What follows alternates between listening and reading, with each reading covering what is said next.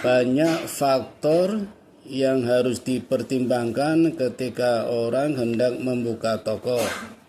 Di antaranya ada 5. Yang pertama misalnya aksesibilitas. Coba Aurelia jelaskan aksesibilitas itu apa? Sepengetahuan saya. Ya. Untuk aksesibilitas sendiri itu seperti apa namanya Kak, dia itu tempatnya mudah dijangkau seperti di pinggir jalan atau ada area buat parkirnya, tempatnya luas, enggak yang terlalu berhimpitan gitu, enggak yang sempit-sempit. Seperti itu untuk aksesibilitas. Itu harus ya. Ya, Kayaknya sekarang nggak harus gitu deh. harus Pak, kalau nggak ada kayak tempat parkirnya juga pasti sulit, dan kalau berhimpitan dengan rumah-rumah atau jalan gitu kan juga bisa aja tempat kita ganggu orang lain juga kan Pak. Itu tuh jembatan itu laris banget itu di bawah itu. Padahal tempatnya sempit, parkirnya sulit. Karena sekarang ada sistem online. Mungkin yang disampaikan Aurelia tadi yang offline itu. Ya idealnya begitu.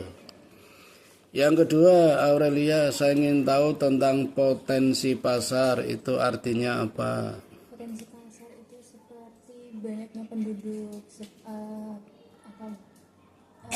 cara kita biar menarik penduduk tuh buat datang ke toko kita gitu juga Pak. Ya, orang-orang yang ada di sekeliling toko tuh bisa kayak dibagiin brosur atau gimana biar dia bisa tertarik ke toko kita gitu. Jadi yang harus banyak penduduknya ya. Itu juga bisa. Lagi-lagi offline itu. Kalau online kan nggak perlu. Kalau udah tahu medianya, udah tahu linknya. Ya. Kalau kompetitor, Aurelia.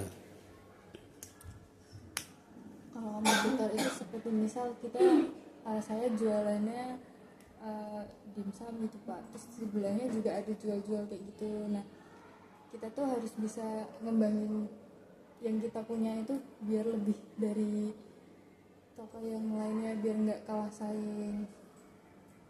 Kompetitor artinya pesaing ya. Iya. Jadi barangnya harus sama atau harus beda? Kalau bisa beda, kalau mau sama kita harus bisa ngasih kualitas yang lebih bagus lah.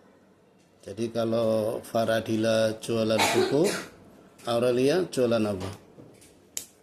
Sama bisa, kalau nggak beda juga bisa Pak. Beda misalnya apa? Ya. Itu di Taman Mita kan banyak jualan buku. Iya. Terus Aurelia masuk ke sana mau jualan apa? Buku atau beda? Bisa buku juga, nanti bukunya ya kita cari buku-buku yang keluaran terbaru terus gitu loh. Kalau beda misalnya apa? Kalau beda alat tulis. Oh, alat tulis. Beda tapi sejenis ya. Iya. Homogen. Iya. Tapi kalau beda banget malah nggak laku. Iya. Misalnya kambing. Iya. Taman Pintar jualan buku, Aurelia jualan kambing, malah nggak laku. Walaupun nggak ada pesaing, Iya. tapi sesama buku kompetitor kan, tapi malah justru laku dengan keunggulan produk yang homogen. Kalau biaya sewa pengaruhnya apa nih Mbak Aurelia? Biaya sewa itu kita bisa cari toko yang ini yang sesuai dengan budget kita gitu Pak, kayak harganya yang wajar, yang sekiranya enggak yang memberatkan kita juga gitu loh Pak. Oh, jualan itu. Ya kalau misal jualan gitu, Ya, biaya sewanya? dicari yang mudah, yang lebih murah untuk awalan gitu kan Pak. Sekarang kan banyak ya pasar-pasar dibangun jadi bagus bertingkat, tingkat 1, tingkat 2, tingkat 3. Aurelia kalau disuruh milih yang lantai berapa? Bisa di lantai 1. Lantai 2 nggak bisa. Bisa? Lantai 3? Bisa, Kok bisa semua? bisa. Pilih yang mana? Kalau saya lebih bisa milih di lantai 1 aja. Alasannya? Alasannya biar kalau ada yang lansia kayak gitu juga lansianya nggak perlu kesusahan buat naik-naik dan bisa gampang ketemu. Tarifnya lebih murah atau lebih mahal? Di bawah biasanya lebih mahal, Pak. Kenapa nggak milih yang murah?